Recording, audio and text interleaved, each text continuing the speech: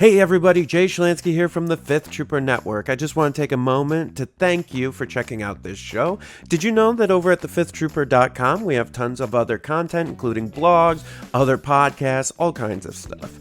In addition, if you want access to exclusive content, you can join us on patreon.com/thefifthtrooper and join at any level and you'll get access to exclusive blog articles, access to our private Discord, and much more. So please check us out, and thank you so much for all your support.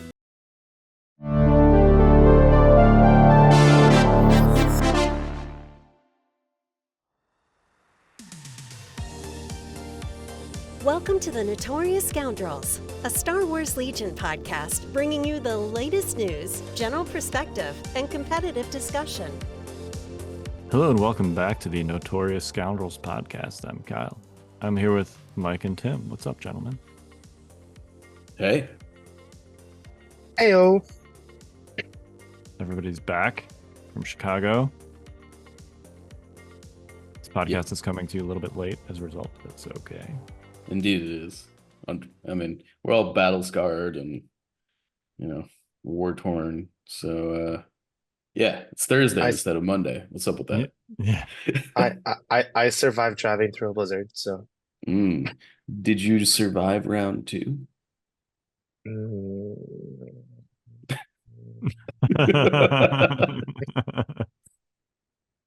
Yeah, so this episode is going to be all about Adepticon. We're going to talk briefly about our individual experiences. Tim is writing an article on his. I don't have too much to say about mine, unfortunately. So that'll probably be a pretty short segment. We are, of course, going to talk about the top line results for the World Championships because we have a new World Championship. We have a new World Champion. Yep. And a new country has claimed that title as well. So Commonwealth. Come on, you're like much more geographically and culturally aligned now with the United States. You don't understand Canada. All right, apparently. Hey, maybe you don't understand Canada too. we switch sides at our own convenience. Thank you very much. Okay. God save the king. Mm-hmm. No. We're going to talk about some feedback from basically the tournament, logistically speaking, because there was some things there that hopefully will be adjusted before the next tournament that gets run with a similar format. Let's put it that way. And then we also got some reveals at I was about to say a bunch, but as far as like actual substantive game information, it was not as much as I was expecting, but it was still something. And I'm very excited as a Republic player. So we're going to talk about the reveals from the AMG panel that we got for Star Wars Legion. Of course, they also talked about MCP and Shatterpoint. If you want to hear about that stuff, you're in the wrong place, at least as far as this podcast is concerned, but you can definitely check out our blog, thefifthtrooper.com/blog, where we write about the Shatterpoint stuff as well. So, all right, top line world's results. So our new champion is Ollie from That's No Moon, from the United Kingdom. So congrats to the UK. God save the king. That's the correct thing to say, right? Tim, did I get that? Well, no? I mean, sure. You don't sound excited. Well, I mean, it's whatever. Whatever. I mean, okay. Good. I don't know. I'm trying to think of a good job, mate. Would be it. Yeah, good job, mate. Cheers, mate. Yeah. Anyway, Oliver Dear. Ollie, please correct me. Dyer. Ollie's Dyer. Yeah. My gosh. All right. I'm sorry, Ollie. So yeah. And he was running double bus Black Sun swoop bikes. He was running the Mad Max list. This is the Mad Max list. Mad Max Fury Road. Who would have thought it? I actually think it makes a lot of sense given the meta that ended up being the top 32. Yes. This is a great counter meta pick. Yeah. I would say it's a counter meta pick. Yes, which is like the kind of the 4D test that lets you actually go 9 rounds in a tournament without getting eliminated. Yeah. Um. So yeah, congrats. I mean, it's really good against experimental droids, Which, which in turn is really good against dodge spam, which in yeah. turn is just not very good anymore, I guess.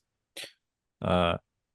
Did So did you look at the experimental droid win rate on the weekend? it's silly. Yeah, let's talk about it in a minute. Okay. I do want to go over Ali's list though Sure, sure. in a little more detail because he is the new world champion.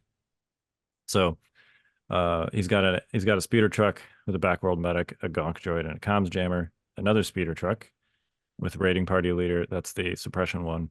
A backworld medic, a gonk droid, and a comms jammer. Um, two comms jammers there. Magdet Enforcer, Black Sun Vigo, and frag grenades. Those two units of Black Suns that are equipped like that, and then 2 units of Black Suns with the scatter gun and a Vigo. So 2 shotgun Vigos, 2 grenade Vigos, and then 3 swoop bikes, and that's 9 activations. 795. Yeah, I think there are a couple things that stand out to me here as um reasons that this list kind of like went the distance. The first was like, so I guess both of these are in reference to the fact there was like, I don't know, like 14 copies of experimental droids in the top 32. Yep. And experimental is very vulnerable to two things that Ollie has in spades. The first is armor. Yeah, it's particularly aggressive armor that gets up in your face. Yeah, Yeah. experimental does not have a great way to deal with it unless they just kind of get lucky by chucking like 30, dice with the BXs into the armor and getting lucky on crits, right? And the shields on the buses go a long way into mitigating the risk of that. Yep.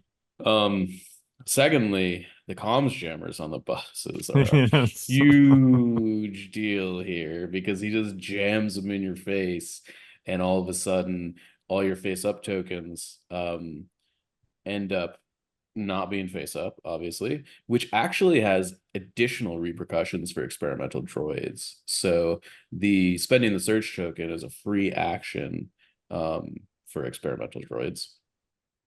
Which means that if you're on AI, you can't do it. You can't, well, you can't do it before before your first action, right? So if you're trying to speed 3 move, it takes away the ability to speed 3 move and then shoot, which is quite frankly, after playing them quite a bit over the course of the tournament, a big deal. Yeah. So Now, of course, if they have a generic super tactical or Kraken, I don't think I saw any with Kraken, but if they at least have a generic super tactical instead of Kalani, that mitigates that a little bit. a little. But most of them that I saw were running Kalani. The other thing is, correct me if I'm wrong, I don't run super tax a lot, but I'm pretty sure the range on override is only 2. It's 1 actually. 1. Okay, Yeah. sure. It's only 1.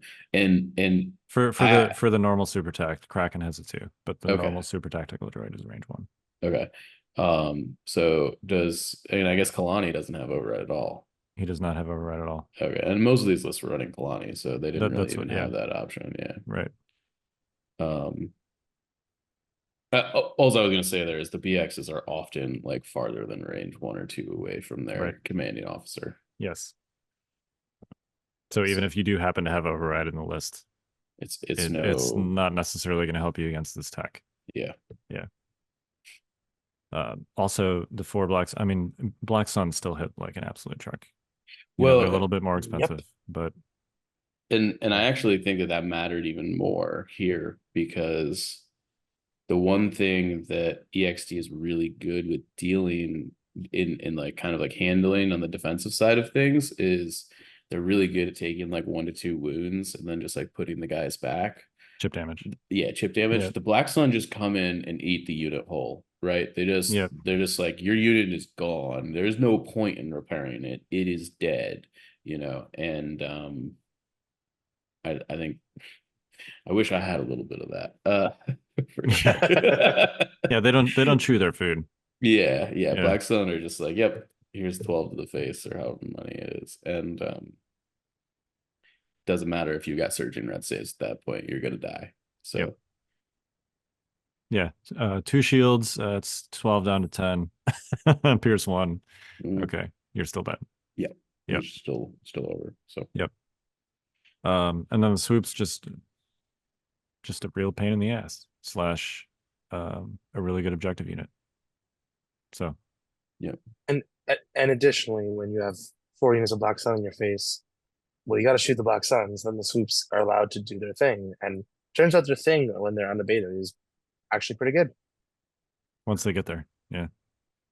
Yeah, and it also because the Black Sun are so close often, I suspect many of the times that maybe the Black Sun units start getting deteriorated, they just run into melee. They've got a pretty good melee profile. Yep. And then you can just overrun the stuff that they're in melee with pretty much impunity. Yep. So yeah, melee, another thing that experimental droids do not like. yeah. Yeah, Oh, the disengage card is great against like individual melee threats, yes, but like melee one-offs. threats at scale, Mhm. not great. All right.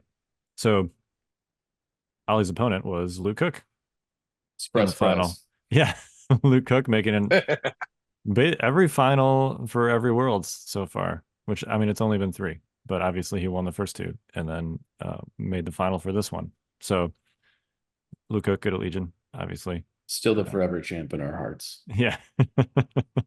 I was rooting for you, Luke, in that final game. Rooting for the good old US of A. But yeah, anyway, Luke was running experimental droids. And he was running the Kalani version.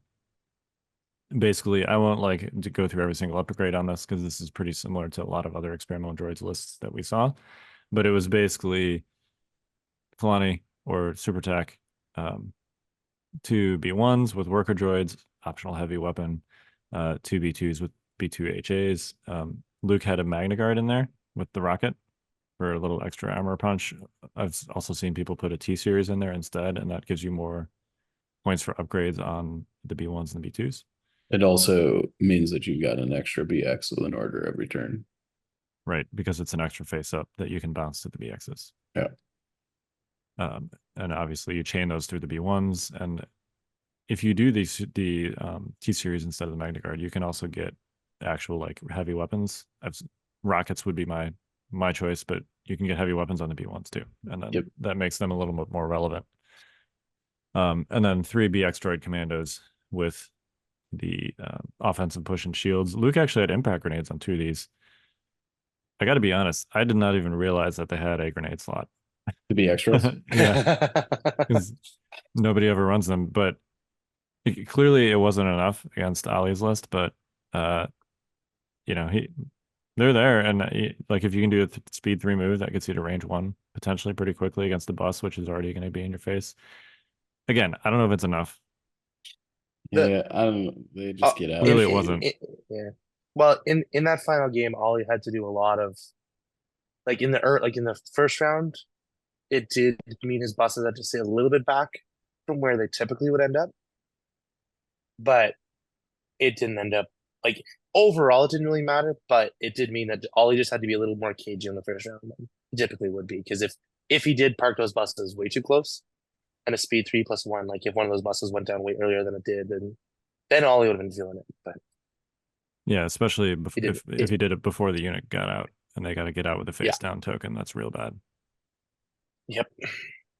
So yeah, I could see it having some value as kind of a zoning tool, but my experience with impact grenades has been that it's pretty difficult to actually translate that into kills. So I took some to get myself up to 800 on one of my clone units. I never used them one time. I had them on my offensive squads last year when Dark Troopers running everywhere, and I used them once, and Dark Troopers were everywhere. So yeah, range 1 is really short. It's extraordinarily short. Rounding out the other top 4, we got Jesse Gilbert and yay, Jesse! Yep, and he's from Canada, right? Mm-hmm. Yep. I played him round 1 day too. He was awesome. To be clear, he is French Canadian, so again, it's a bit of a switch hitter, but whatever. Look, I have French Canadian ancestry, so yeah. Jesse, don't let him do you like that. Yeah, it's je suis ne parle français. Anyway, So and then Oscar. Do you guys know where Oscar is from? Is it Poland? I believe he's Poland. Polish. Yeah. Yeah. Okay. Yes. All right. I'm glad I got that right. So 4 different countries represented in the top 4. Mhm. That's pretty cool, in my opinion. It's as good as you can do. That's literally the most variety possible, yeah, as far as country representation is concerned. I don't know. I was pretty upset that there wasn't 4 people from the U.S. in the top 4, but that's just me. Oh yeah, I mean definitely that would have been better from like a USA perspective. But as far as Yeah, it being a world championships, it's cool to see 4 different countries represented. that's fair. Yeah. All right. Yeah, experimental droid's good. They were the counter meta, which got countered by the counter meta. But you alluded to the win rate of experimental droids earlier, Mike. Do you want to talk about that? Because we got some stats from Mr. John Bushfax Bushman. We did. I've actually got a spreadsheet open in the background here somewhere. I'm not sure like how much of this is actually relevant outside of the global win rate here in non-mirror matches. But experimental droids came in 73% win rate. At least on day 1. We don't have the day 2 stats, but the day 1 stats were the majority of the games anyways. It's Like 500 something games. I think it's like 80 to 90% of the games that were played Yeah. on day 1. So That's a high win rate. I don't expect that win rate to change much given how the top 32 also went. So If anything, I think it would go up it might go up. Yes, it might because be higher than 73%. three, 75% of the top 4 was represented by experimental droids, and And obviously you'd exclude the mirrors from each other. So yeah, and I'm pretty sure there was something silly like 10 in the top 16 were experimental or something like that. So yeah, it's a really good list. I went 0-3 against it day 2. It was fun. It was a really quite a good time. My opponents were great, but I got tabled really badly. I also got bounced by experimental droids. Chris Bees, who I practiced with numerous times before this tournament, and it did not avail me. Yeah. So yeah, I mean, experimental droids is really good against the Republic. There were only three clone lists that made day 2. Yeah. I think it's just the best gun line for sure. Yeah, like if you got a trooper gun line and you're Yeah. trying to do the trooper gun line thing, which all clone lists inherently are, Yeah. you're just not doing it as well as experimental droids. And Yeah. that's the bottom line. At the end of the day, and this is what I sort of like, it was pretty clear that I had been thinking about it incorrectly up to this tournament. But they've got 12-point medics that have 2 charges that put back ARC troopers. And they've got multiple, ARC troopers that have shields. ARC troopers that have shields. I think the biggest thing is that unless you eat their units like whole, it's very difficult to do damage that sticks. Yep. It was my general experience. It wasn't that I wasn't able to do damage. It was that all the damage that I did ended up going away. So yeah, and I actually got lucky a little bit in my game against Chris. It's not just the damage mitigation and the attrition, it's also just a wildly flexible list. I actually one-shotted one of the BX commando units. that's the way to do it. Yeah, I had removed their shields like earlier in the turn, and I managed to get a open shot at range 3, which is obviously rare, with a pike unit, and he whiffed his save, and all 5 BX droids died in a one shot. And I was feeling great at that point in the game, but it was breakthrough. Yep. It was on rollout. I'd had to slow down a little bit to like engage his BX droids, and the rest of the game he just started like speed 3 moving all his dudes across the other end of the board. And I had a choice where I could either try and chase him and play defense or just try and get my units to the other side. And I was short. 2 of my units were short by like half an inch. And that was it. So the speed 3 move is big. I mean, that's the main thing is that they play like a gun line, but they do objectives like a skew almost. yeah. Because of how flexible they are with those speed 3 moves. Yeah. and they intentionally bring a battle deck that is skewy so that it messes with the gun lines and puts them in awkward positions so that they can shoot them and they can't shoot you back because they're like double moving to objectives while they're move shooting or shoot moving. So Right. Yeah, it's that rare combination that Blizzard Force achieved last year, which is a unit that is both A, good at objectives, and B, good at the attrition game at the same time. yep. So, and that's how you get those 70 something percent win rates. I mean, that's pretty similar to what Blizzard was in its heyday. Blizzard might have even been lower, actually. I actually feel there are two things that I feel confident about in talking about this. First, and I've been shot down by a bunch of people in the Discord, and let me tell you guys, you're just wrong, and it's okay. I'll forgive you. The first is that it's the win rate's definitely higher than Blizzard was. And the second thing is this list is substantially better than Blizzard was at the height of its power. And I know that people like I'm not even gonna say that like we need to nerf it or anything, because I'm not entirely sure that's true, because I think armor might if there's enough armor floating around, it might just get It might correct itself, basically. it might correct itself. I don't know. So I'm not gonna cry out for nerfs and stuff, but it is definitely the most powerful list in the game that has been found. Certainly the most consistent one. Certainly the most consistent. And it's yeah, it's a lot better than Blizzard was when Blizzard was good. It's and the reason I say that is that like look, I played 3 games against them on day 2.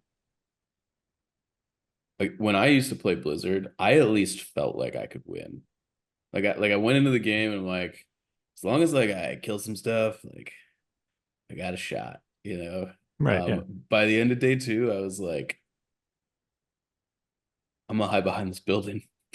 Yeah. Like I don't know. I don't know what I'm gonna do here. I'm gonna hide behind this building and pray they make a mistake. I don't know. My game on stream, I kind of like took that tact, and I was like kind of close, like, but like it didn't. And I definitely, I think I could have made it a little closer, but it was just, yeah, it's you I'm with definitely you. have to play different types of lists than what we're playing right now if you want to beat it for sure. You can't go toe to toe with them, even with like a very defensive, tech heavy dodge spam list, and expect to win that gunfight.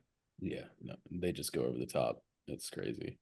So Yeah, good on everybody for figuring that out. Because frankly, I knew they were good coming into this tournament, but I didn't quite peg them as that good. Frankly, they're a lot better than I give them credit for.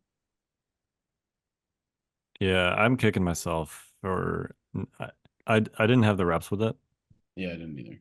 and I didn't have the time to have the reps with it. But I had done numerous practice games against Chris, who was running it, and Luke. So like I was fully exposed to how terrifying it was, and ultimately at the end of the day, I was just like, look, I've got the clones fully painted. I don't have any reps with this. I'm not going to do a last minute pivot, and I think I should have. Oh, I think I should have too. but- Like it's yeah. But But then we would yeah, have gotten beat by double bus, you know. that's true. Yeah, I mean, look, experimental droids didn't win, right? Double busted. So, yeah, if the version that I was considering was the ROM that had the double B1 rockets. Mm-hmm. I don't know how much of a difference that actually makes against double bus when they have the Gonk droid.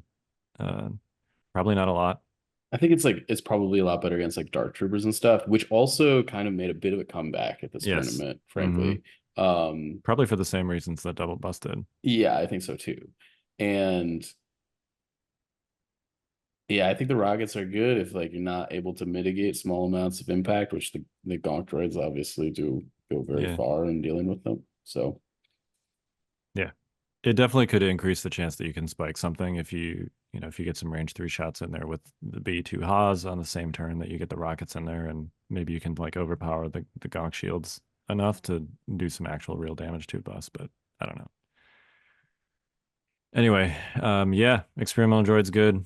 I kind of just already briefly talked about my own experience, but yeah, I did not make day 2. I got bounced by experimental droids.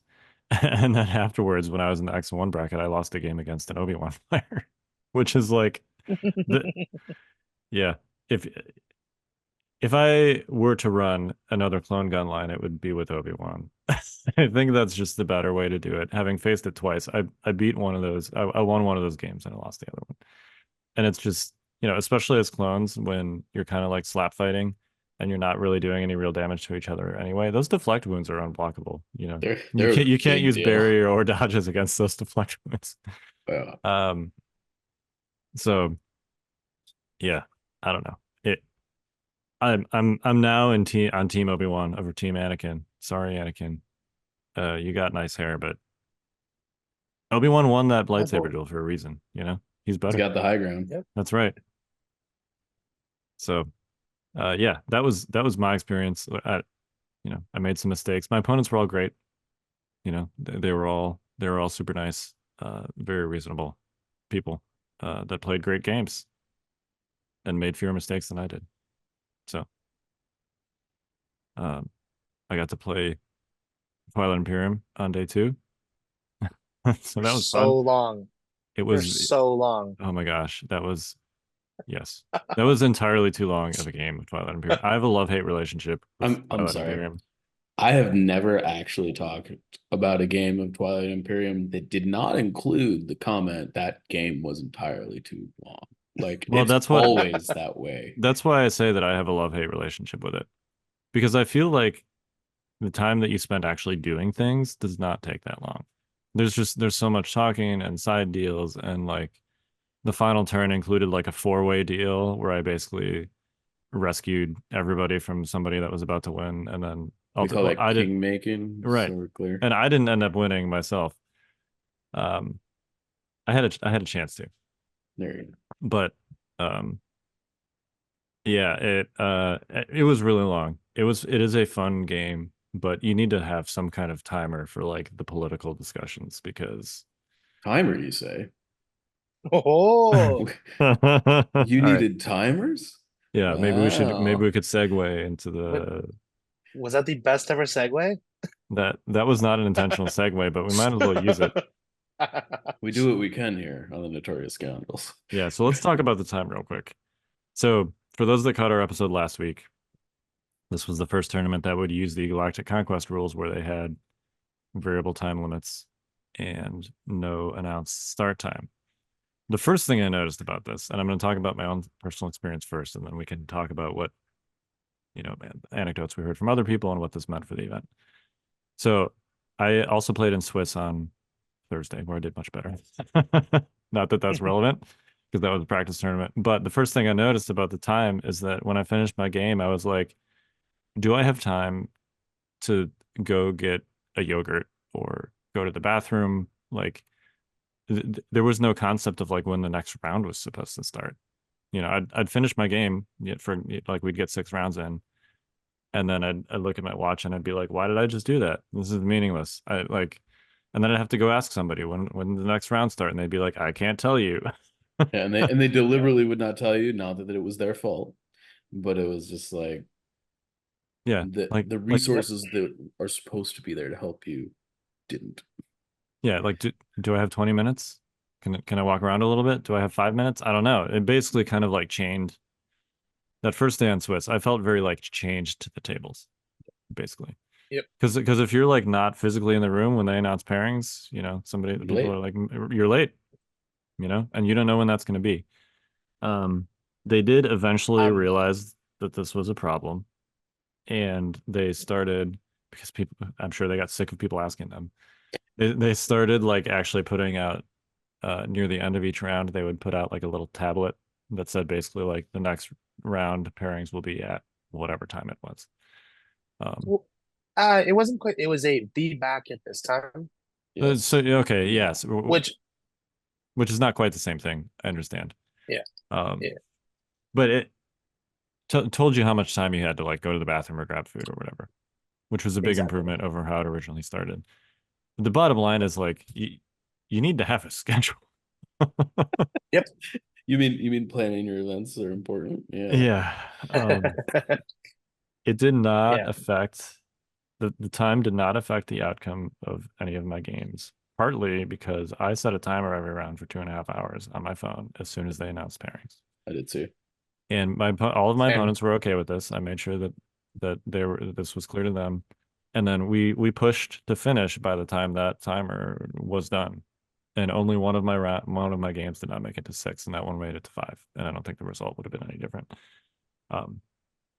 But if I hadn't been doing that, like I heard about people that didn't do that, and they only got in. I mean, one of the top 4 games was only like 3 rounds, 3 and they rounds. and they basically said, like, we felt like we were moving. We felt like it was. We felt like we were making good progress. We felt like the pace was good, and then suddenly they told us we were out of time, and we were only in round 3. Um, so I know that I see the squinty eye, Mike. I'm sorry. I just This was the game where they took like 50 minutes to set up.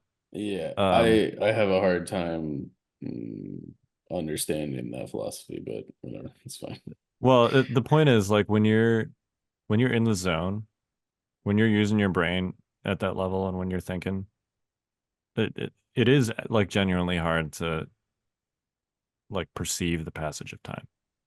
It's just like Yep. when you're sitting down and you're playing a game of Civ on your computer, and you're like, I'm just gonna do this one more turn, and suddenly 2 hours later, you're like, why am I hungry? Oh, because I haven't eaten anything, and I've been sitting here for 2 hours.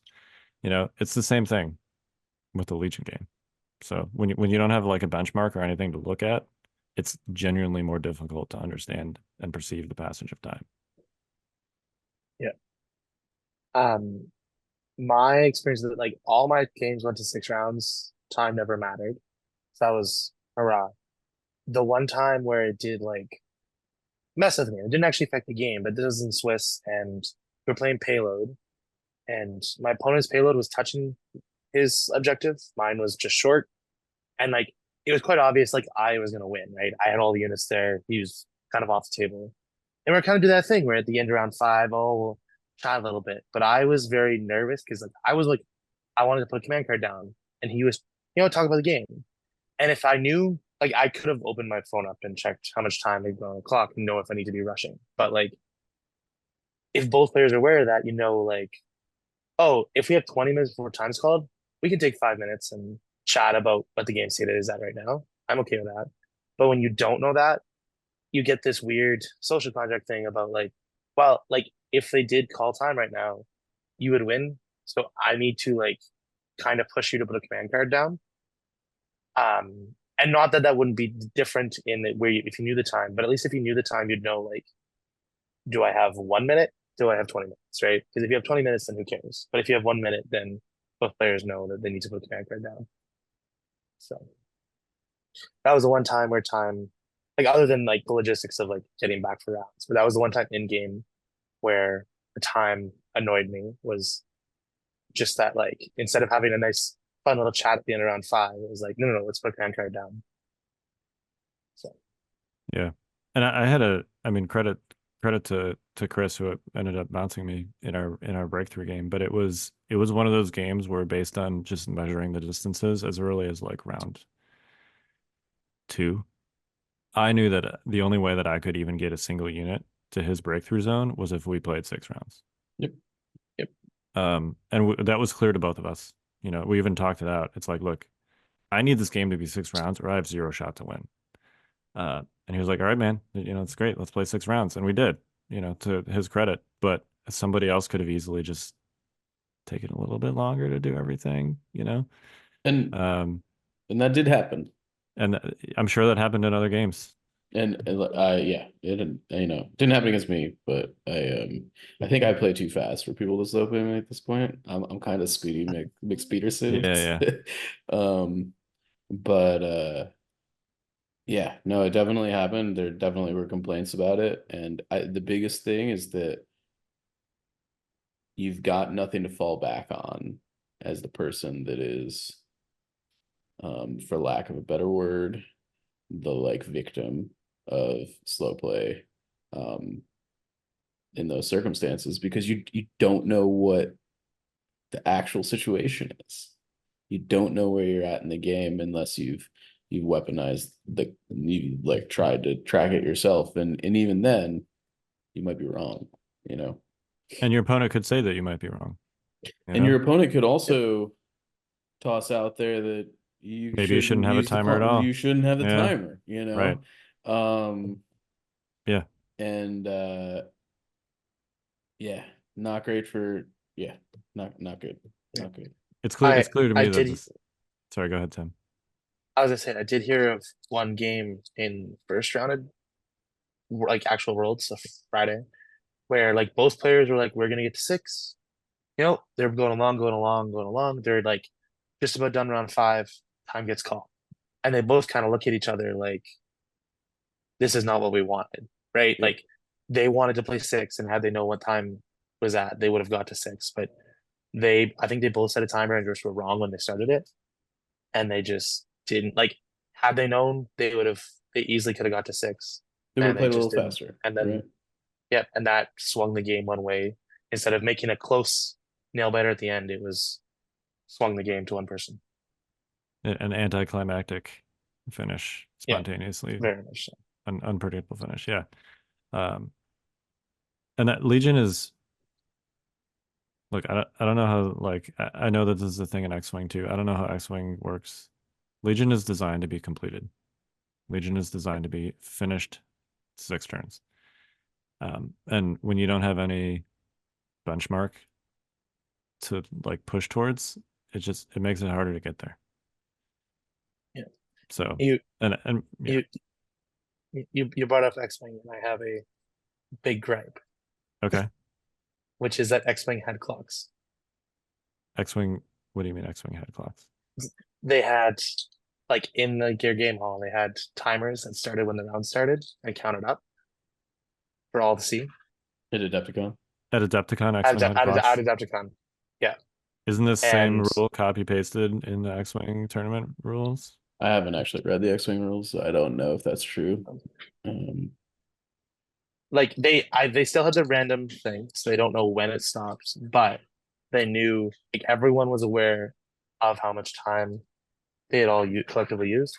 Which, if we had that exact same setup, I don't think anyone would really be complaining. It would have helped a lot. But The worst part was not the plus or minus 5 minute thing. It was just no, the not having a clock at all to look at. yeah, it like I honestly felt as a player a little bit slapped in the face that X-Wing, which ostensibly these rules were originally made for, got a clock, and we weren't even allowed to know what time the round started at.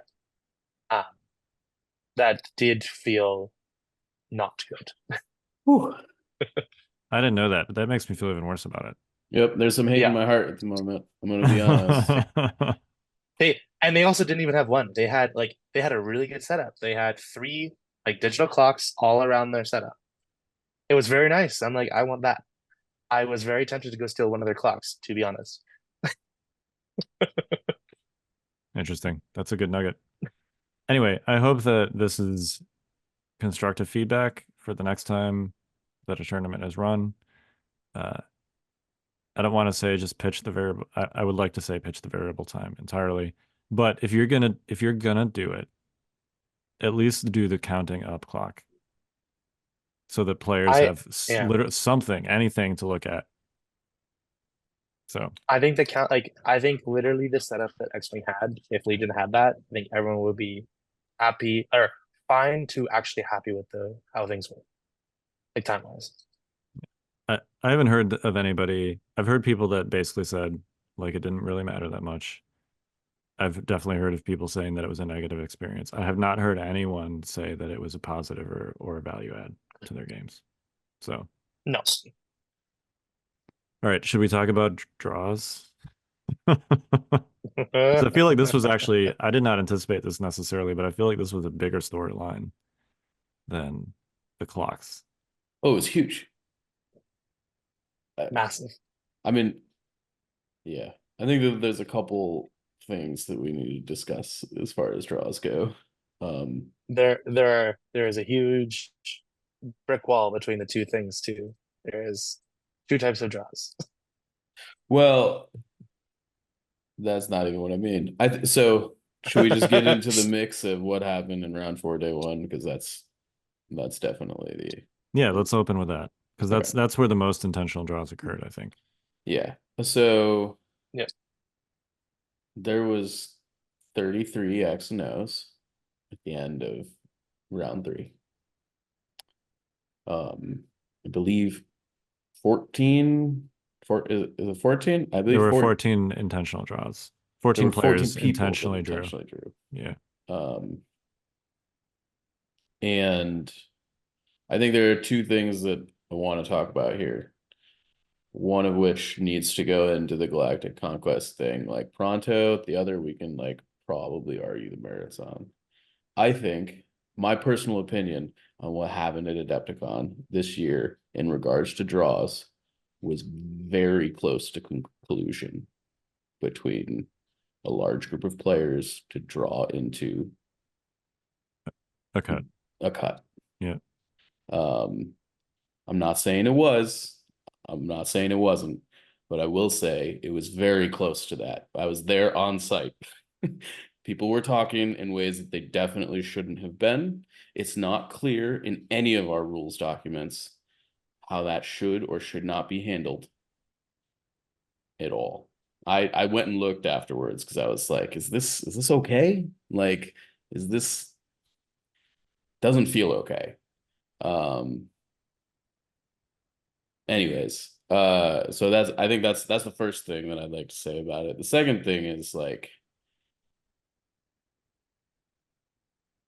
intentional. I don't know. It was like it just didn't feel good. Intentional draws in general in this sort of situation, I whether mean, there's collusion or not. like you're deciding to not play a game at the most high profile tournament of the year when we should be rooting for everybody to be playing as many games as possible. Yes. Now, I I also want to caveat this too with, I've heard a lot of people being like trying to talk about the players that did this. Like, look, this is an incentive. People are going to do what you create incentives for them to do. Yep. Hate the game, not the player, is the expression Yeah. basically. But like, if you have a problem with people taking intentional draws, then you should be lobbying for them to not be allowed. Yep, 100%. If they are allowed, players will take them, and those players shouldn't be ragged on because they're doing what like rational game theory would ask you to do, right? We're all a bunch of gaming nerds, and if game theory tells you to do that, then you should. My 2 cents about the intentional draws is that right off the bat, if the game state could not be in a place to draw, you should not be allowed to draw. I.e., if your bids are different, if something has come off the table, etc., you shouldn't be allowed to draw. In that case, if you decide to stop playing, the person who would be winning wins. Sure. As in, Right, like, so- if the game state ends 1 second into the game, whoever is winning the game would win the game, right? Yeah. Yeah.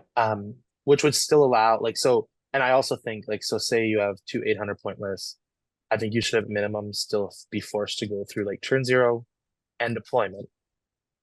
And like at the start of quote quote start of the game, if both players look at each other and go, I'm not going to attack you, you're not going to attack me. Great, you draw, because that'd be the same thing as if you played Played 6 rounds turns and without nothing doing died. anything. Yeah. Yeah. But I also think that would also incentivize, like, if you go through all of turn 0 and set up, I think just Legion players are going to Legion, and more people will be just inclined to play the game at that point. But I also think that more times, one of the players would at least see a potential for an advantage, right? After going through turn 0 and deployment, one player might see a small opening that maybe they try to exploit and then back off, and you end up in a draw anyway. But at least something would happen instead of just literally a handshake. I also think that this was compounded by the format. Yes. I think I feel 100% confident that if we had an X and 1 cut instead of an X and O cut or something to that effect, this would have never happened. people would have never drawn. It's possible we could have ended up by seeing like draws into the top 4 or something under certain circumstances potentially. But I do think this was the format heavily factored into people's decision to do this. Yeah, I mean, just generally, Legion tournaments are not set up for draws to be a thing. When it happens, most Legion tournaments are effectively single elimination. Just because of you can only get in so many Legion games. Legion is a longer game. It's not like a card game where you can play a bunch of rounds at once, or even a skirmish format game. Like it is difficult to make a Legion. Clearly, you could do some, particularly when you have more than 2 days to work with. Like you can do the X and 1 thing, like you mentioned, Mike, like we did last year for Adepticon and for LVO. Yep. And that helps. But generally speaking, like Legion is just not designed to facilitate draws in the tournament structure. And never will be for as long as the gameplay takes at least 2.5 hours. So yeah, it's just even if you set aside the I think intentional draws are lame and stupid, and people should have to actually play. But I also think that draws should just not be a thing, period. Like there needs to be a tiebreak. Give it to red. I don't know. Like there needs to be something. I'm not saying that it should go back to like blue player. Red.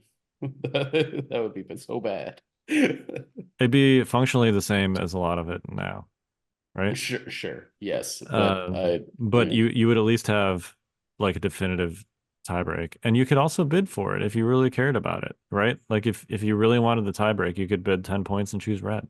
Sure.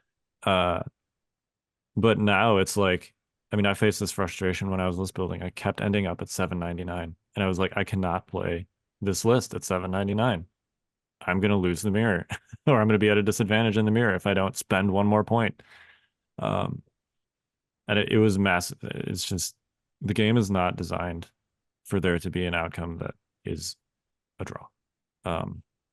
And like step 1 for me would be to get rid of intentionally drawing and at least make people play. I would love to see a situation where draws were just simply not possible as a game outcome at all. And again, I'm not saying give it back to blue player. There's other options there, but yeah, I don't know. All right, should we talk about the pairings thing? Yeah, I do think it had like a significant impact Because on it's the also draw related to situation. the draw situation. Yeah. Yeah. So the TLDR on this is that there were a couple players whose game did not get recorded round 1 for whatever reason, and they were added into game uplink during round 2. The issue with that is that when you add people in arrears like that, you can't actually add back in their event points from the previous rounds. So what ended up happening was whoever went 1-0 in that round, the 2 people that did not get entered into game uplink played each other. Round 1. Round 1. Yeah, because instead of redoing all the pairings, basically. They were essentially manually paired together. Yep. And then introducing to game uplink, and essentially one of them was 1-0 but had 0 event points, and in game uplink looked like they were 0-0 and had 0 event points. So when game uplink went to pair them on that round and every future round, game uplink was like, oh, it doesn't look at the record, it looks at the event points. Points, right? Right, because the event points are what matters as far as pairings go. And it's like, oh, this person's got 0 points, so it's going to pair them to other people that have 0 points. Well, everybody else that had 0 points at that stage has lost, right? Right. So we've got a pair down that just happens inherently, and as this continues to go on, it magnifies each round by kind of like screwing up the pairings more and more and more and more and more. And the reason that this is important, and because it wasn't caught or wasn't fixed or whatever, is that a couple different reasons. The first is that a lot of the people that chose to draw in round 4 of day 1 thought there were 32 people that were X and O, when the reality of the situation was there was a 33rd person that was X and O who didn't actually functionally appear to be X and O on Game Uplink. Game Uplink was wrong. So it actually wasn't as safe as people thought it was to draw into the top 32. The person that ended up whose Game Uplink was screwed up ended up making day 2. And because records persisted into day 2 instead of getting reset like every other cut we've ever done, this problem persisted into day 2. And what essentially happened because of this is there were multiple pair downs and pair ups every round because Game Uplink could. It's not really Game Uplink's fault at that point, outside of the fact that you couldn't fix it. That it's just like, oh, this person's got this number of points, I'm going to pair them against people that also have the same number of points, right? So basically all the pairings got screwed up throughout the entire tournament. And what that ended up leading to was that we actually had 5 undefeated players at the end of round 7 on day 2. And one of them got cut. And one of them got cut because the pairings were done incorrectly. And what would have ended up happening had the pairings been, addressed correctly, was that there would have only been 4 people. Like one of those 5 players would have lost a game at that juncture, or drawn again or something. But because they were being paired, there were multiple pair downs. Somebody that went X and O got cut out of the top 4 of the tournament, which sucks. Yep. So that's the story. Yeah. So in the future, the constructive takeaway from this is like, make sure that everybody that's in the system is actually registered, and that if you've got an issue where you have a discrepancy there, that you redo the pairings. The pairing should have been redone round 1. Yes. Don't just take whoever is missing and like have them play each other or whatever. Like, redo the pairings, so that the system is correct from the start of the tournament. And perhaps also importantly, like, we definitely need to give Game Uplink the feedback that, hey, we need to be able to like edit this stuff after the fact.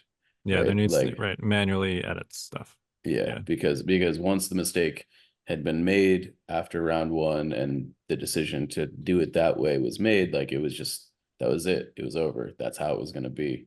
And unless we wanted to restart the event, which was obviously not practical. So, or reset the records.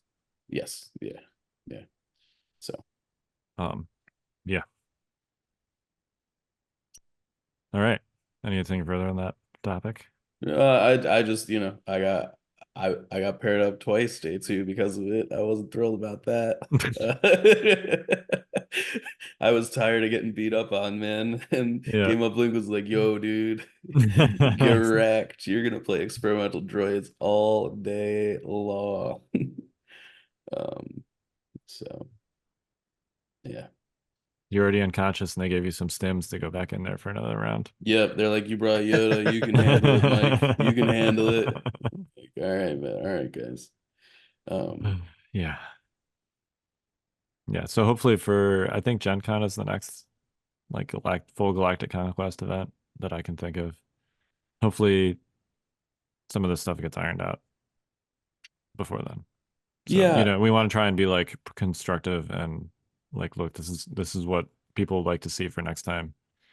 And give us a clock, make draws not, or at least intentional draws not a thing. And double check that everyone's checked in. Yep. And, yeah. I just want to, you know what I want? So I want to feel like I feel like I'm having to like force myself to be constructive with all of this feedback. And like I'm really trying, guys. Like, I want to give you constructive feedback, but you're making it really, really difficult. So yeah. Anyways, that's the not constructive feedback from All right. Should we talk about the spoilers? Yeah, of course. You know, Yay! Legion got Fun fun, stuff. exciting new news that is um it's awesome. It's awesome. It Uh is. highlight of the weekend. One of the highlights for sure. Um, Yeah, I mean the upshot of being out of the tournament by day 3 is we actually got to go to the panel, we did. which We did. I have actually I confess that I have never been to like an AMG reveal panel. Yeah, I Um, was really surprised. You were like, "Oh, we don't need to go. We'll see it all online." And I was like, "I don't know. You're missing out on having fun here, Kyle. Like, I don't know yeah, what I to mean do." you talked me into it. Yeah. Um, but yeah, and it was great. You know, it was cool. It was cool to be part of that. So yeah, let's just hit the actual reels. If you want to look at these in detail, you can check out our blog, thefifthtrooper.com/blog, where we have all the images and everything up. Yeah, why don't we Um, go through them in the same order so people can follow along too? yeah, Range Troopers is the first one, slated for release May 2024, which is a little over a month from now, Specifically May the 3rd May the 3rd. on the So Asmodee site. These are already up. I mean, I don't know if yeah, you can actually pre-order them. That's the pre-order date on them or the release date. yeah. So So I'm pretty sure you can pre-order. okay, Pretty great. sure it's available. Yep. Anyway, uh, do you guys want to go through these unit cards and stuff, or do you just want to talk about like, or you know, I don't even know that we need to read everything on here, but we can talk about our takes on overall the unit and what they do. How's that sound? yeah, I don't think we need to get into too specifics other than advanced targeting turned out to be like not interesting at all. As boring as possible. Yes. Yeah. I mean, look, didn't I say like whatever it was a week or two ago, this is a really cool keyword that would be rendered really boring if it just said trooper. Turns out that's what it Yep. says, guys. Turns out that's what it says. It says It Trooper 1 specifically, and I guess the yeah, 1 is the number of aim tokens you get from advanced targeting. So yeah. yeah. Yep. Okay. I mean, Okay. They said it's it really range. good. That's like Oh, so good. basically unless you're shooting some like a vehicle, this is you get a free aim token. Yeah. Because split firing is not a thing that is usually tactically advantageous anyway. Like it's very rare to split fire because you're double counting cover. I think You're spreading out your damage, so that's not like a huge drawback for this generally. I think it's a little bit of a thing to think about considering one of the guns has suppressive on it. Sure, yeah. Just because that comes up more when you have the suppressive keyword, but generally I agree. Yeah. I mean, if you're gonna split fire, that's usually the reason to do it is because you want to get an extra suppression out there. Yeah. Yeah, If you're doing that for the extra special anyway, you don't really care about the aim. So That's also YOLO. fair. yep, That's also fair. yeah. So they have range 4 guns with a black dice. Um, they have 2 heavies. One is double red with impact 2. One is double black, double white with suppressive. Uh, the cost basically comes out to either 85 or 88 points, and depending on which one of those heavies you take, the suppressive one is more expensive. Um, most people are on the suppressive train. I definitely think there's merit to the DLT 20, which is the impact one, particularly for 2 reasons. One is these dice don't surge, Yep. and reds actually provide like a pretty good reroll situation when you have an aim, when they don't surge. So, you know, there's that potentially with the double reds, but also like, you know, we just saw double buses win worlds. I think armor's going to have kind of a moment here for a little bit. Yep, I agree. So I know you're like wasting the advanced targeting trooper 1, quote unquote wasting, if you're shooting armor, but usually when you're shooting armor, that's often like either A, the only thing you can shoot, or B, the most important thing to be shooting anyway. So it's not like a huge opportunity cost in that situation. And with that pool, you shouldn't need a whole bunch of aims to reach your impact value anyway. Right. Yeah, it should be noted that like because they don't surge, these die pools are actually equivalent in average damage output. They both basically add a hit and a half. Yep. Depending on the range, regardless of which weapon you choose. So Yeah. and I think once you're at that point, you kind of just go with the cheaper option a lot of the time. Yeah. I mean, obviously, like more dice, usually better than less dice, For slightly higher sure. chance to crit. bigger ceiling. Particularly as these guys often should have two, if not like three aims, right? They get two just by standing and shooting and aiming. And then if you've got Veers or whoever, like you could easily get to three. Yeah. So bigger dice pool maybe better in that situation. I could definitely see the argument either way. If you can You get these guys surge tokens with like aggressive tactics or something, that pool's really gonna hurt. Yeah. For sure. surge tokens or fire sporting in a mortar, that critical one. Yep. Totally. You can also take an extra guy to throw an extra dice on there. And range 4 pools with any kind of volume in Legion are very rare.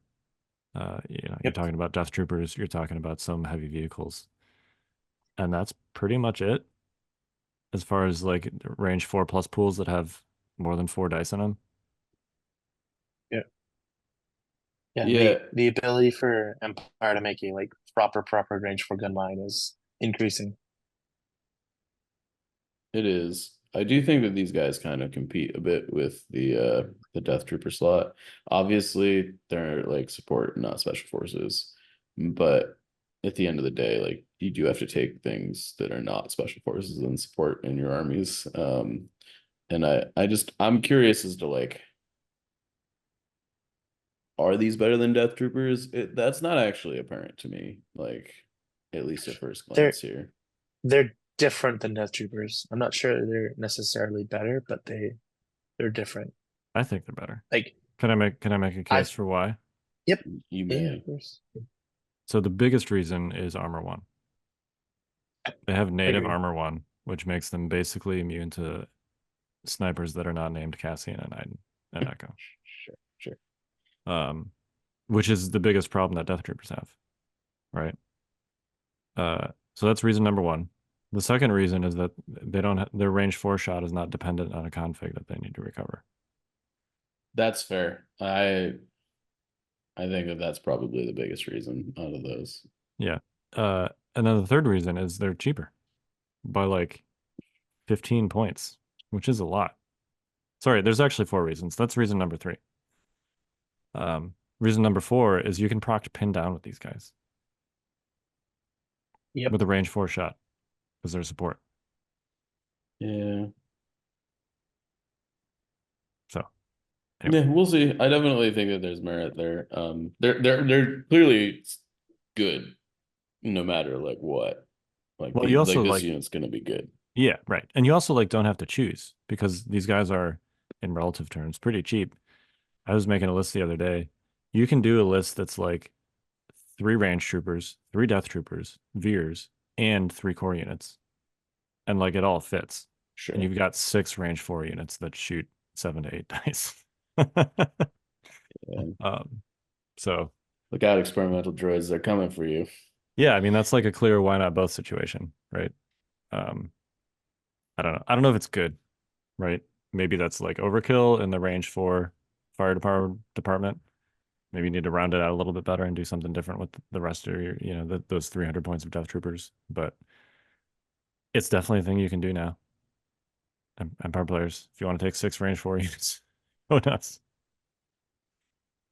So, yeah. All right. Commandos. Yeah. They didn't actually show as much with these guys other than their unit card, which is cool, right? So basically, there's 75 points. They have that complete the mission keyword, which we previewed back when they added stuff to the rules, which basically means that if your tokens are in the right place, they surge on defense and they have critical too. They have a special armor. Actually, I think this is pretty cool. It's basically that you can use the card to make it so that they only take 1 wound. It's an expend card. After seeing the saves. After seeing the saves, which is important also because they have shielded and recharge 1. So you can roll your saves, and the first time, well, this doesn't even necessarily have to be the first time that you roll more than 1 blank, right? Like if you roll 2 blanks, you could maybe take the casualties, and then you have a 2-man unit that you cannot eliminate with a single shot. Yep. Because it's a may, it's not a must, right? So basically, you can expand this armor to take only 1 wound from an attack. Yeah, man. I don't know. For 75 points, these guys are really good. Yeah, and we haven't even seen their config yet. Yeah. I mean, they've got infiltrate. And I'm recharge and shielded one and target one.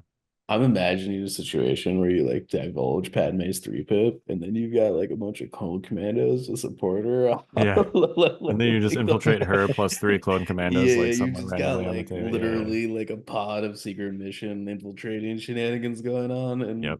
and you can't kill any of them immediately because they've got this dope armor. I don't know. Yeah. Yeah. I could see Um, it. It really depends on what their config does, but if it's even like medium, medium good, they're gonna be really good. if it is playable, these guys, I mean, even I think they could not have a config and these guys would already be good. Yeah, I For agree with that. 75 points. Yeah. They would certainly be extremely playable without a config. Yeah. I mean, they're gonna be really hard. These are like BX droids, right? One of the reasons BX droids are so difficult to kill is because of those shields. And these guys have just normal, good old fashioned shields, and then they also have this thing where it's you can one time you can render it impossible to kill more than one model. That one time you one shot that BX unit doesn't ever happen to these Nope. guys. Yep. Oh man, I rolled all blanks. These guys are dead. Nope, you just killed one model. Yeah. Yeah, Yeah. exactly. Seems pretty They good. they Seems are super good. weak to pierce, right? They don't have any pierce protection except They for shielded and the armor. But yeah, they don't have. You're right. Mm, They don't have like impervious or anything, yeah. which is relevant. There is a unit that like, does. That does have impervious. Yeah, let's We're gonna talk about that next. let's do it. Bad Batch. So they a actually, match. this was cool. They actually gave us promo cards for Bad Batch Oh, before the panel. they're pretty dope. They not only do they look cool, but like, obviously it was posted by Facebook almost immediately. Um, Once people handed the first thing I did when they handed those things out at the beginning of round one was take a photo and post it. Yeah. But Yeah. yeah, so the world's players got to be the first to see this unit card for Bad Batch. So there's a lot of keywords on here. I assume there's like more keywords on the individual members of Bad Batch Yeah. who appear to be Um, free. Um, yeah, it appears that this unit is going to be 160 points unless the other upgrades seriously deviate from what we've seen so far. We've seen right. Hunter and we've seen Crosshair. Yep. And I guess we've seen Omega for the Rebels. And don't worry, everybody that was panicking about there not being a Rebel option. Apparently, there will be a Rebel option. They're just mercenaries. Yep. But yeah, they're all 0. Other than Omega, who is 10 points. So the Rebel version, I assume, is going to be 170 instead of 160. Or since Crosshair isn't in there, it could be cheaper, right? Potentially, yeah. That's possible. But Crosshair is 0 points, so Well, right, but I'm saying like the base, the base unit the is Bad like Batch 150 or mercenary something. unit card could be right, Yeah. especially because Crosshair looks to bring individually a lot of value to this unit. I mean, he's got clearly high velocity isn't amazing when you're combining his pool, but he's got Pierce 1 and Precise 1. Yeah. So It's a it's pretty good. For sure. Pierce 1 and Precise 1 Pierce 1 in definitely particular. is gonna make their pool slap. I mean, the thing that everybody's looking at on this unit card, there's one keyword specifically that makes all the difference, and it is steady. Steady, yeah. Um, It's real good. They're only range 2, which makes it but they also have, potentially like 10 wounds, if not more. I mean, who knows if some of these individual models are more than 2 wounds, but their base profile is 2 wounds, which means this unit has at least 10 wounds. yes, and This is a beefy unit. it's beefy. It's a unit that shoots twice a turn if Yoda is in the army with them. Yeah. Which is going to be really, really awesome. I don't know. I think there's a lot to be excited about here. Hunter is like force choke on a stick that only works half the time. Yeah, Time. diet force choke. Yeah. Yeah. New force choke, I should say. Yeah. Not old force choke. Yes. Yes. That's a big thing. Omega is also like amazing for the Rebel. Like turns them not only from a brawler squad, but into a like weird technical um objective squad too. Yeah. So it seems like what Omega. Yeah, so like they can claim and sabotage, repair, specifically those actions, it looks like. When Omega is in base contact with an objective token as if she was the unit leader. So then notably she can't like pull stuff like out of supply boxes and stuff. I don't No. think. Or count as a unit leader for like breakthrough or whatever. Right. But she can pick up boxes and she can tap VAPs Yep. as if she were a unit leader, basically. Yep. Which is pretty good. Yep. Yeah, and it's certainly not bad. And especially with like 6 of them in the squad, like you could even do melee shenanigans to get Omega to touch stuff. Well, there's 5 of them, but yeah.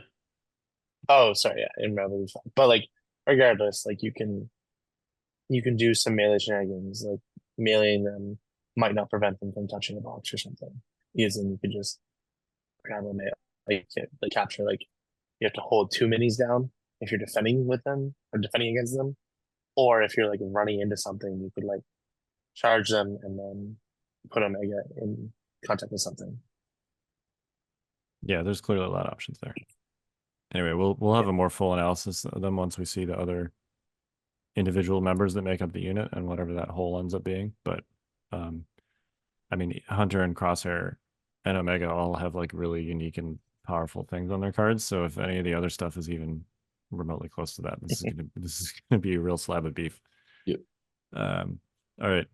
So we also got some previews for stuff where it was just pictures of things without any stats, but we can quickly hit those because they're relevant. Rebel Sleeper Cell. Models look dope. They do, and this is a cool concept. They said this is essentially like a concept from Andor of like insurgents. You know, this is what I've always thought would be really cool as like a concept for what rebels are supposed to be doing, right? So I'm really curious to see how they implement that. I'd love to see something like, you know, like Cad Bane's tokens, but on a bigger scale, where it's yeah, I feel like they had an opportunity to do something like this with Ewoks, and they ultimately just made them like the activation spam melee army. But there, you know, there's definitely some design directions that you could take with a unit like this, where you're introducing new mechanics that are different than just like involving the attack or move actions, basically. Yep. And at minimum, they are great new sculpts for rebels. Yes, that's for sure. Yeah. And there's a cat, which is cool. Riot Control Squad, which looks to be the counterpart to this. There are 2 security droids in this unit. They've all got shields and stun batons and stuff. These are really cool looking models. They are. Yeah, props to the designer on this one. Yeah, they're like straight out of Fallen Order. Is it Fallen Order? It's Fallen Order, right? Yeah. Yeah. I was gonna say like Warhammer Fantasy, but oops. Hey, these security droids actually have rifles. Yep. Yeah. I would not want to run into these guys in a dark alley. Nope. That way. And for anyone that's played Fallen Order, you know how terrifying these security droids are. Oh, they're so beefy. Gee whiz.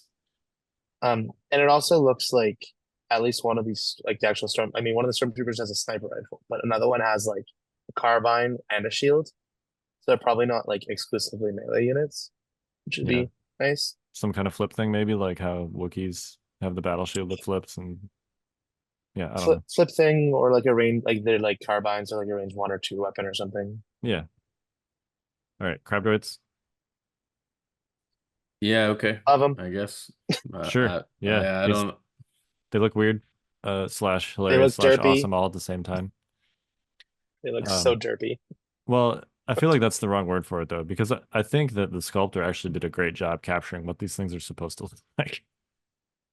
Derpy isn't necessarily bad. They look derpy, and I love it. Okay, yeah. I mean, they're crabs that are droids. I Yep. don't know what else to say about Yeah. it. There's a terrain pack, which they said is going to be like basically modular. We'll see. Well, yeah, I guess we'll have to see what that means. But what they talked about with this was they want terrain that is actually functional for the game. Um, and they said the terrain that was previewed in here was not the entire thing. So I don't know. This is potentially exciting. Hopefully, it's not like $100 like the bunker was. No, it's gonna be, but sure. It's definitely gonna be. I don't like. I can look. Rebellions are built on hope, Mike. I mean, sure, sure. Anyway, aqua droids Which apparently are massive. apparently very large. They're on notched bases. Yeah, supposedly they're much bigger than Dark Troopers. Tough to tell from the pictures, but yeah. Well, I mean, they're at least on a notch base, so they're definitely bigger than dark troopers. Yeah. Yeah.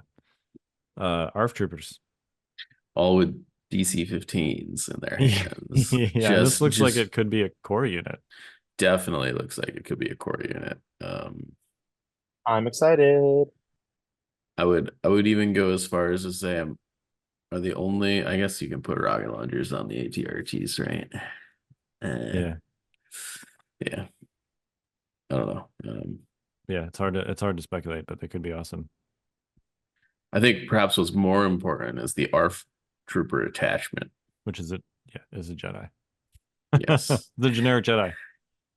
Jedi, they're here. Yeah, and they're gonna be in the squads. Yeah, it's like I guess like a heavier personnel upgrade or something. Yeah, this is cool. I like this concept. And they said that they not only can go on the ARF troopers, but they can go on the ARC trooper squads that already exist. Yep.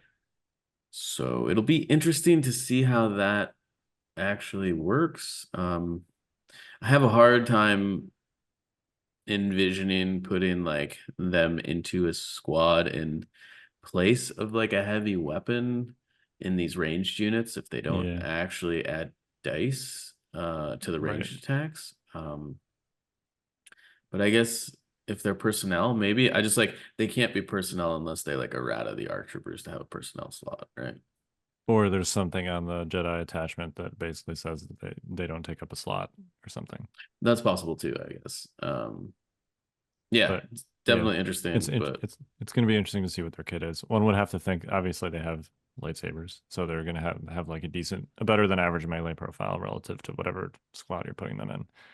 And they could have some kind of defensive abilities too. But you're right. If you have to like sacrifice adding dice to put these guys in there, it's going to be, I don't know. It's going to be a tougher sell for sure. Yeah, if you take out the only thing that makes the ARC troopers good to put this thing in there, it's like, all right, okay. Yeah.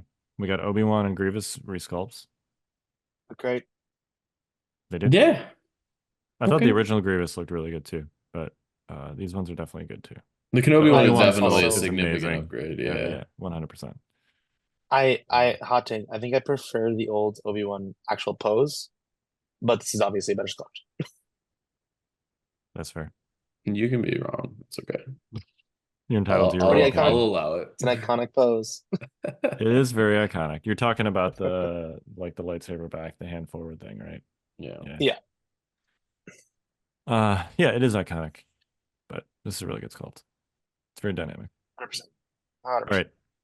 And then lastly, we got a roadmap, a release schedule. I think the biggest thing that stands out to me here are the Rebel Trooper, Stormtrooper, Scout Trooper, and Rebel Commando resculpts coming in Q2 of 2025. I'm 2.0. Yeah, feels like it's incoming. It feels like another box set at a Yes. minimum. Whether that constitutes a 2.0 or not, I guess we'll see. But we've heard a lot of rumors about a 2.0. They're releasing resculpts of the original core box units, which is great because they need resculpts for those units. And I will 100% buy them. But yeah, to me, my biggest takeaway from this chart, at least, is that if we're getting a 2.0, that it will be coming in Q2 of 2025. Which lines up with a Adepticon next year announcement. Yes, it does. Although I'd suspect we'd hear something in mini strap probably. Yeah. All right. How about we close this thing out because we've been talking for like at least an hour and a half. Yeah, let's do it. And if you want to read more about all this stuff, check out our blog. I'm sure we'll be talking about it more as the weeks go by. Yeah, and as we get more specific information on the reveals and stuff. So, Yep. All right, we are the Notorious Scoundrels. I'm Kyle. I'm Mike. I'm Timbo. Stay fresh, cheese bags.